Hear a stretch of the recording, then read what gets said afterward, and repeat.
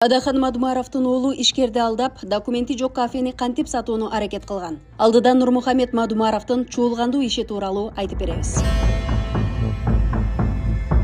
2017 жылдары майыптыгы бар атын атагысы келбеген жабырлануучу өзүнүн балдарынын келечегин ойлоп борборубуздагы үйүн сатат. Ал акча жөн эле жата бербестен бизнес үчүн колдонулмак болчу. Жакшылыктан үмүт кылган жабырлануучу софра тамактануучу жайдын сатылып жатканын жарнамадан көрүп калат. Кафенин ээсимин деп өзүн тааныштырган адам менен телефон аркылуу байланышат. Ошентип баягы эки тарап бизнести алып сатуу ишин талкуулоо үчүн жолугушат. Кафенин ээсимин деген адам Адахан Мадумаровдун уулу болуп чыгат. Алгачкы жолугушууда эле Нурмухамед Мадумаров тамактануучу жайдын ээси экенин тастыктаган документтерин көрсөтүп бере албай коет.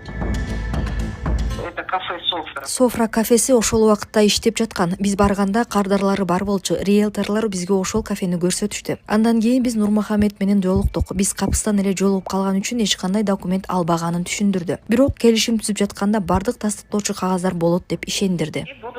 Нурмухамед Мадумаровдун чынчылдыгына ишенген жабырлануучу эч нерседен кабары жок эле сатып алуу иштерин баштайт. Документи жок болсо эмнеге келишим түзүп жатканда дароо баштаткан жок дейсизби? Анткени Мадумаров деген фамилия жабырлануучуну жакшы жакка үмүттөндүргөн. Бардык келишимдерге кол коюлуп бүткөндөн кийин 3 ай жабырлануучу өзүнүн үй бүлөсү менен тамактануучу жайды иштеткен. Ал эми Нурмухамед Мадумаров болсо жабырлануучудан акча алып турган. Ошентип колунда кафенин эч кандай документи жок эле чоң суммадагы каражатты кымырып койгону белгилүү болгон. Акырында жабырлануучунун сабыры түгөнүп, иш башка өңүттө улана баштайт. Мен укук коргоо органдарына кайрылганымда мага мындай кафе такыр жок экенин айтышты. Ошентип 3 айдын аралыгында Нурмухамед апам ооруп жатат, тиги көйгөйүм чыкты, буга акча керек болуп жатат деп эле сурай берди. Мен ошондо бардык документтер даяр болгондо калган сумманы беребиз деп айттым. Бул аралыкта биз ага жалпы $23,000 бердик. Риэлторлорго дагы $4,000 карматканбыз. Анын баарын Нурмухамед өзү алганын тастыктаган түшүнүк катында колу менен турат. 3 ай өткөндөн кийин эч кандай кафе болбогонун тастыктаган документтерин көрсөтө албаган учурда мурдагы берген акчаларды сурай баштадык. Ал болсо жок, кафени саткан соң акчаңды кайтарып берем деди. Акыры Нурмухамед менен жолукмай болдук. Ал жанына күзөтчүлөрү менен чогуу келиптир. Ал жакта чыр чыгып райондук ички иштер бөлүмүнө барып арыз жаздым. Ошентип иштин өңүтү кадимки алдамчылык экени айкын болот. Нурмухамед Мадумаровдун колунда болгону жер тилкеси жана имараты бар экенин тастыктаган документтер болгон. Тилекке каршы ал документтер дагы Мадумаровдун уулунун атына жазылган эмес. Жада калса мекеменин реестриге катталбай, юридикалык жак катары түзмө-түз болбогону аныкталган.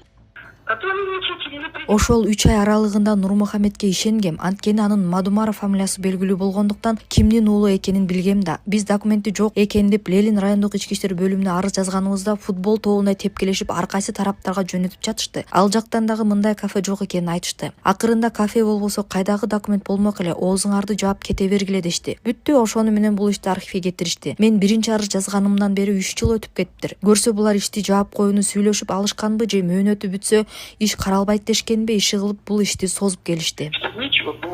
Деген менен жабырлануучунун укук коргоо органдарына кайрылуусу кандайдыр бир жол менен адилеттикти орнотуу аракети майнапсыз болгон. Милиция бөлүмү арыз берүү мөөнөтү бүткүчө ишти атайылап создуктура бергендей түр болгон. Кудай жалгап жабырлануучунун колунда Нурмухамед Мадумаровго белгилүү бир сумманы бөлүп которгонун тастыктаган бардык квитанциялары жана башка документтери сакталып турган. Ошентип 2025 жылы кайрадан жазылган арыз туура чечим болгон.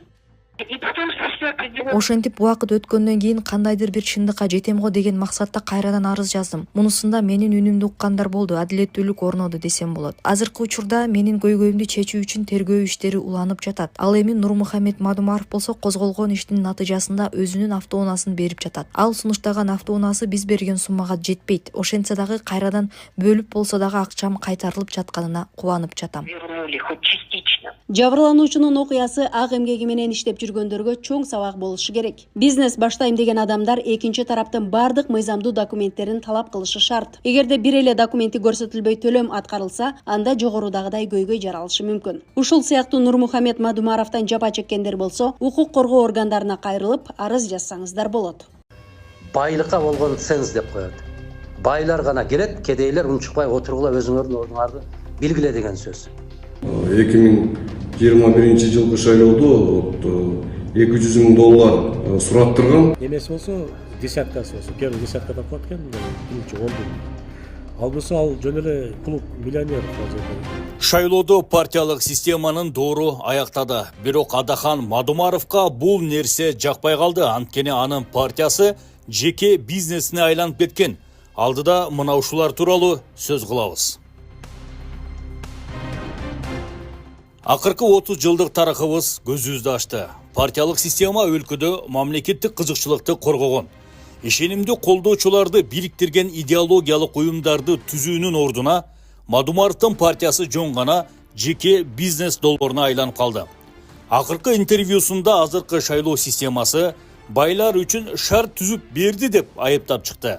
Бирок мандем башкада экенин көпчүлүк түшүнгөн жок. 300 000 сому болбогон киши шайлана албайт деген сөз. Мындайча айтканда, мандатты ачыктан ачык эле сатып ал деген сөз. Болгондо дагы 300 000 сом берет экенсин, ал кайтарымсыз экен. Өтсең да өтпөсең да кайтарымсыз. 2020 жылдагы парламенттик шайлоого карата Бүтүн Кыргызстан партиясынын талапкерлер тизмесине байланыштуу талаш тартыш жаралган. Ошол кезде Жогорку Кеңештин мурдагы депутаты Турсунбай Бакир уулу буларды айткан. Айтым $200,000 эч качан бере албайм, мен анда акча жок дедим. $10,000 десең же башка десең мен берет элем дедим таап. 2020 жыл алгач ата мекенде тандап, кийин Бүтүн Кыргызстанга кошулган Темир Сариев да болгон. Бирок Өтпөй Сариев бул партиядан чыгып, шайлоого катышпай турганын билдирген.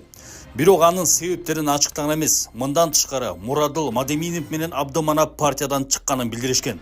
Ал эми Бүтүн Кыргызстанда 10 жыл жүрүп, акыркы 3 жыл партиянын аппаратын башкарган Дин Мухаммед Ибраимовдун партиядан чыгып кетиши коомдук талкууну жараткан. Бирок мандемдин баары $200,000 болгонун көпчүлүк билген эмес. Урматтуу мекендештер, менин Бүтүн Кыргызстан саясий партиясы менен биригип шайлоого барарым аягына чыкпай калды. Мен шайлоого барбайм.